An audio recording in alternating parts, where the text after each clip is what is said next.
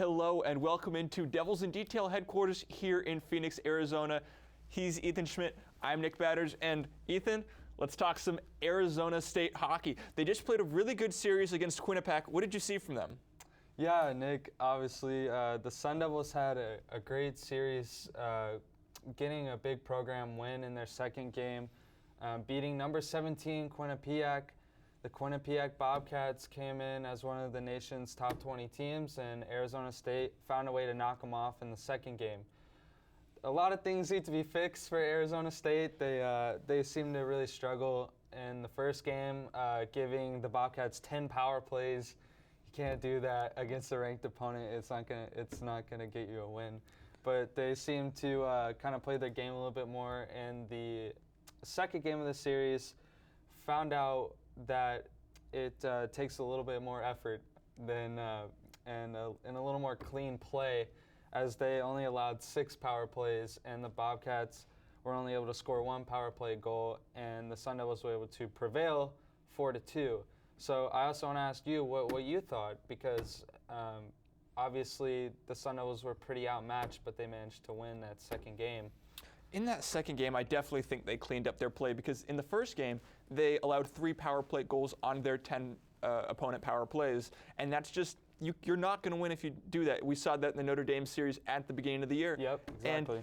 And the same thing happened in the first game against the Bobcats, and unfortunately, there's not much that you can do if you're Robert Levin in that case when he's in goal. 3 power play goals, 10 power plays for Quinnipiac. Can't do a whole lot with that. Yeah, and Joey Decord was looking really good in that second game. Like you said, Arizona State came out on top 4-2, and Quinnipiac was taking a lot of shots, close to 60 shots in both games. It's and crazy. All things said, I think Arizona State was playing really well. Now, one of the things that I think has been a constant theme as of late has been Anthony Croston, and how he is quite literally the fire emoji. He has been on a tear lately in his last 4 games with Arizona State. He scored 6 goals and he has an assist, so 7 points in his last 4 games. He's streaking. What is he doing right? You know, sometimes it just takes a player to develop through the season and find his stride.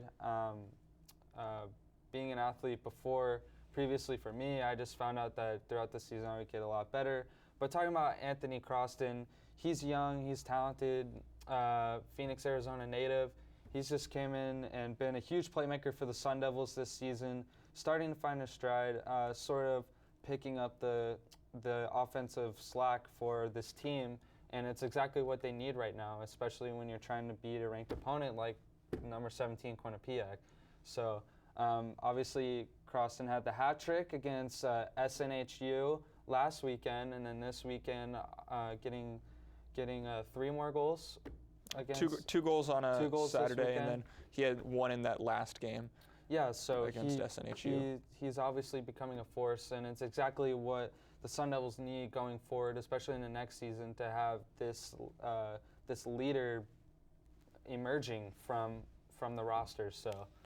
And that's true. He was given the assistant captain at the halfway point in the season, not at the beginning of the season, and he's really stepped into a captain's role. So going forward, Arizona State has 6 games left on their season. 2 of them are going to be against number 10 ranked Michigan, so they've increased in the rankings a little bit. And what is Arizona State going to need to do against another ranked opponent to finish off their slate against ranked opponents? Well, yeah, you mentioned it. According to USCHO.com, the Western Michigan Broncos moved up 3 spots from 13 to 10 in the new rankings, and Arizona State has to do some more traveling, going back east. They've been going east all season, taking on these Northeast powerhouses. Obviously, Western Michigan is a surprise to me. I never thought that they would be such a top team right now, but they've historically had a decent program, and obviously Arizona State really needs to get the offense going right away. You know, they can't sit back. They can't let these ranked opponents take all these shots on them and leave their goaltenders for dead. Luckily, Decord just got on fire and say 53 of 55 shots. So that can't happen against number 10 Western Michigan if they expect to pull off another win. And like you said, Joey Decord, a huge piece to that puzzle. But Arizona State, 6 games left. What do you think is going to be the biggest storyline for the remaining 6 games? Well, Nick, I look to graduate transfer Robbie Balarjian. He's about to end his career. What does he want to do with it? Is he ready to step up? Is he just kind of being a end of the season mentor to the younger players like Croston? I really think that Balarjian can either just explode and be on fire and finish out his collegiate career in amazing fashion for the Sun Devils. Obviously, they got the big win on Saturday, and maybe he can look to crash the Western Michigan party. But also looking forward, talking about goaltending, Levin kind of had the bad end of the draw there in the first game when ASU took all the penalties. But then Decord playing so hot, and he's got the hot hand right now, his save percentage is drastically increasing. I'm sure Powers wants to keep him in the crease, but even though Levin is a senior, he might still get some of the playing time. So we'll see going forward. And I want to ask you, what does it mean for Arizona State to play that U18 Team USA development team after their last home series against Simon Fraser? Well, I think that's going to be a really good way to close out the season, kind of slow things down a little bit. They have, like we said, a ranked team coming up, and then Simon Fraser to close out the home slate, and they're going to hit the road one more time.